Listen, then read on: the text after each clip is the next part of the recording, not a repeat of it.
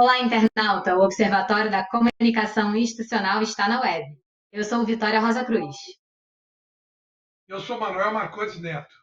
Apresentamos para você os destaques do portal OCI. Dessa vez um pouco diferente. Estamos cada um das suas casas para evitar a disseminação do novo coronavírus. Mas em breve estaremos de volta aos estúdios do Observatório da Comunicação. O destaque de hoje vem da coluna da jornalista Bruna Cataldo. A dificuldade de se manter bem informado sobre economia em tempos de cherry picking de dados. Como é que é? Cherry picking? Olha aí, até de casa o Marcelo ele nos interrompe. Cherry picking é um hábito ruim que nós temos de escolher as melhores cerejas, né? A cereja do bolo. Então, essa escolha de dados é que corrobora um pouco o nosso pensamento anterior, o que nós já temos, ou convicções, é um risco na hora da informação econômica, sobretudo, muito baseada em dados, e que, se você tortura os dados, você consegue extrair qualquer lógica. Interessante a gente levantar esse assunto aqui no observatório, porque também é uma coisa que a gente fala bastante, que é você transformar o dado em informação. O dado por si só é um número, mas a forma como a gente interpreta ele, a forma como a gente entrega ele para quem está consumindo essa notícia faz toda a diferença. Sem dúvida, o jornalismo não se faz com dado, né? O dado como diz o nome, ele é dado. Ou seja, o céu é azul, é um dado. E ele só vai fazer sentido se você comparar com outro dado. Hoje o céu está azul, ontem estava cinza. Aí já começa a informar talvez uma piora das condições meteorológicas. Então, a informação é um conjunto de dados num contexto, e aí então você pode tirar conclusões. Vamos lá. A autora começa o texto dizendo: analistas econômicos tendem a ter suas opiniões consideradas como de grande valor pelo povo por conta da complexidade e relevância dos temas abordados. Por isso, é conferido certo poder sobre a opinião pública, ainda mais se as pessoas apenas recebem o conteúdo ao invés de ativamente buscá-lo. Duas questões aí, Vitória. Primeiro, a questão de alguém receber um conteúdo ou de alguém buscar um conteúdo. Então, uma busca ativa é uma coisa, a recepção passiva é outra. E isso faz toda a diferença, né?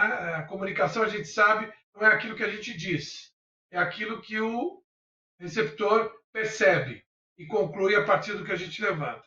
Então, a questão de entregar, né, ou de estar passivamente recebendo, coloca duas pessoas aí nesse diálogo.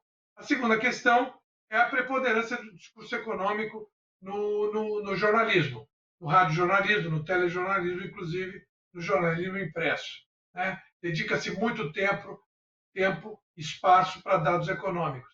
E isso, às vezes, embota o leitor, que no Brasil nós temos um ensino da matemática muito frágil, né? A compreensão de números, o gosto para números, ou ainda mais para contabilidade, para dados financeiros, afasta muito a compreensão do que está acontecendo com o nosso dinheiro. É interessante porque pode ser que eu esteja fazendo uma interpretação errada, mas também é uma questão de como você recebe essa informação, uma questão de linguagem. Falou em números, já não quero saber deles. Então, a gente já cria esse bloqueio que não nos permite interpretar a economia, que não é uma ciência exata.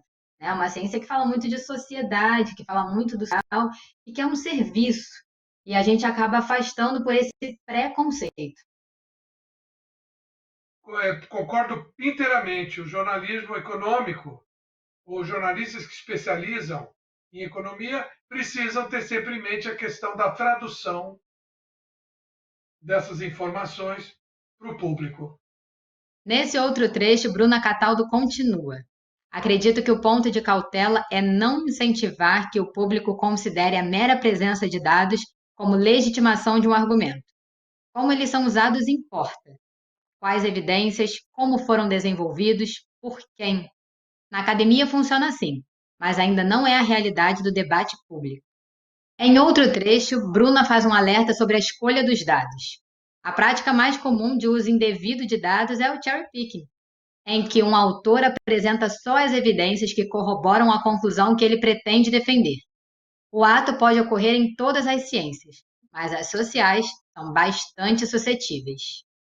Bom, essa questão de ciência é muito interessante. Na academia é fácil, não é? A gente sabe que tem que ter método para pesquisar, e o último passo do processo científico é justamente a divulgação do que se encontra. Né? É muito importante isso. Agora, quem reporta, quem conta uma história, escolhe um paradigma, pelo menos. E na economia nós temos pelo menos duas grandes correntes de pensamento. Né? Uma que acredita no Estado forte e a outra que acredita mais na iniciativa privada. Uma que considera que o Estado tem que intervir mais e outra que considera que não. O Estado tem que ficar mínimo e a iniciativa privada tem que prevalecer. E o debate político ele fica muito entre esses dois extremos num movimento pendular. Então, cada vez mais o público precisa estar minimamente educado para receber, escolher que comentarista prefere, também é uma escolha. Então, é uma ciência social, não é exata, embora se baseie a economia em números. Isso às vezes atrapalha a compreensão da realidade, porque tem aí um viés de escolha dessas escolas econômicas e isso pode colocar o público um tanto quanto confuso. Esse é um assunto muito interessante. E o melhor é que tem outros textos tão bons quanto esse lá no nosso portal, observatório.com.pt. Eu tenho duas sugestões. A primeira é o texto de Amanda Gouveia, Estratégias de Conteúdo. Planejamento bem feito é o passo mais importante.